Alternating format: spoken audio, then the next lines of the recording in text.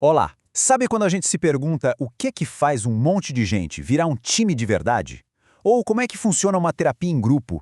Então, é exatamente isso que a gente vai ver agora. Vamos organizar as ideias, fazer aquela revisão completa dos fundamentos da psicologia dos grupos. Vai ser uma mão na roda para se preparar para a avaliação. Bom, qual vai ser o nosso caminho? A gente começa pelo básico, né? O que, afinal, define um grupo? Depois, vamos dar uma olhada nos pioneiros, nas figuras que criaram esse campo. Em seguida, um ponto super importante, a diferença entre grupos operativos e terapêuticos. E para fechar, a gente mergulha na dinâmica do campo grupal, que é tipo o motor invisível que faz tudo acontecer. Então, vamos lá, começando pelo começo. Imagina a cena. De um lado, um monte de gente numa fila de banco. Do outro, os integrantes de uma banda. Nos dois casos, temos pessoas juntas. Mas tem algo ali, uma coisa fundamental que separa uma cena da outra. O que será? É isso que a gente vai entender agora. Vamos pensar de novo naquelas pessoas esperando o ônibus, cada uma ali no seu próprio mundo, olhando o celular. Aquilo é um grupo. A resposta é: ainda não. Para virar um grupo de verdade, alguma coisa precisa mudar. E os critérios que provocam essa mudança são o que a gente vai ver. Olha, presta atenção porque essa é uma daquelas perguntas que sempre aparecem em prova.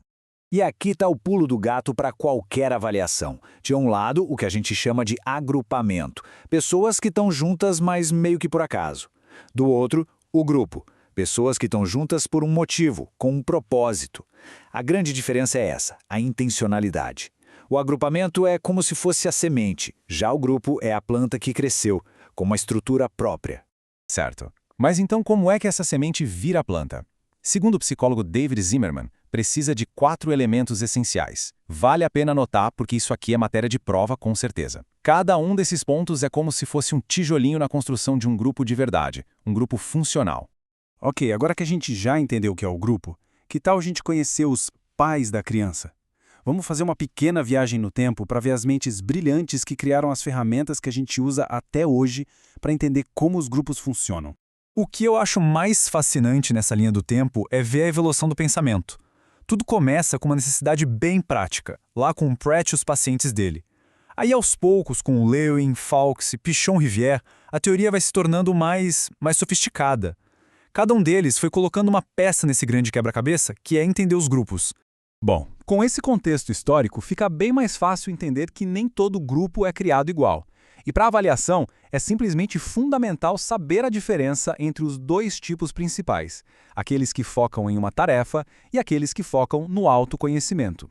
Vamos começar pelo grupo operativo, um conceito do genial Pichon-Rivière. Pensa num grupo de estudos para a prova. Qual é o objetivo principal? É aprender a matéria, não é? Pronto. Isso é um grupo operativo na veia. O foco total, a energia toda está na tarefa.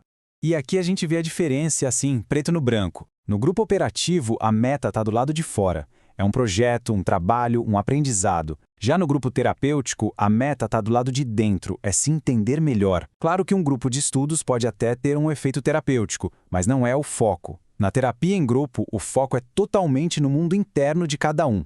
E essa lógica não vale só para grupos mais formais, não. É só a gente pensar na adolescência.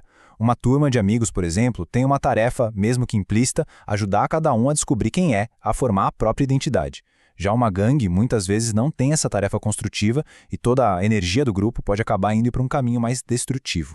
Muito bem, já vimos os tipos de grupos, agora chegou a hora de abrir o capô para ver o motor. O que faz um grupo funcionar de verdade? Que força é essa quase invisível que une as pessoas e cria algo totalmente novo? O conceito central aqui é o de campo grupal. Pensa numa orquestra. A música que a gente escuta não é só a soma do som de cada instrumento. É a relação entre eles, a harmonia. O campo grupal é exatamente isso. É a música que surge da interação das pessoas. É uma entidade nova com vida própria. E quais seriam os superpoderes desse campo grupal? Bom, ele funciona como uma galeria de espelhos, onde cada um consegue se enxergar através do outro. Ao mesmo tempo, ele também funciona como um continente, um lugar seguro que acolhe as angústias de todo mundo e ajuda a dar conta delas. É por isso que o trabalho em grupo pode ser tão poderoso e transformador. No fim das contas, a grande lição é esta. A gente não existe sozinho, num vácuo. Como disse o Zimmerman, somos seres gregários por natureza. A nossa identidade, a nossa própria sobrevivência, tudo depende dessas relações que a gente constrói em grupo. E para a gente fechar, fica aqui uma provocação para a gente pensar. E no nosso mundo de hoje, com comunidades digitais, times trabalhando online, como ficam essas dinâmicas nos grupos de WhatsApp, nas reuniões por vídeo? Será que essas teorias clássicas ainda dão conta de explicar tudo? Fica aí a reflexão. Agora, foco total na revisão e bom estudo!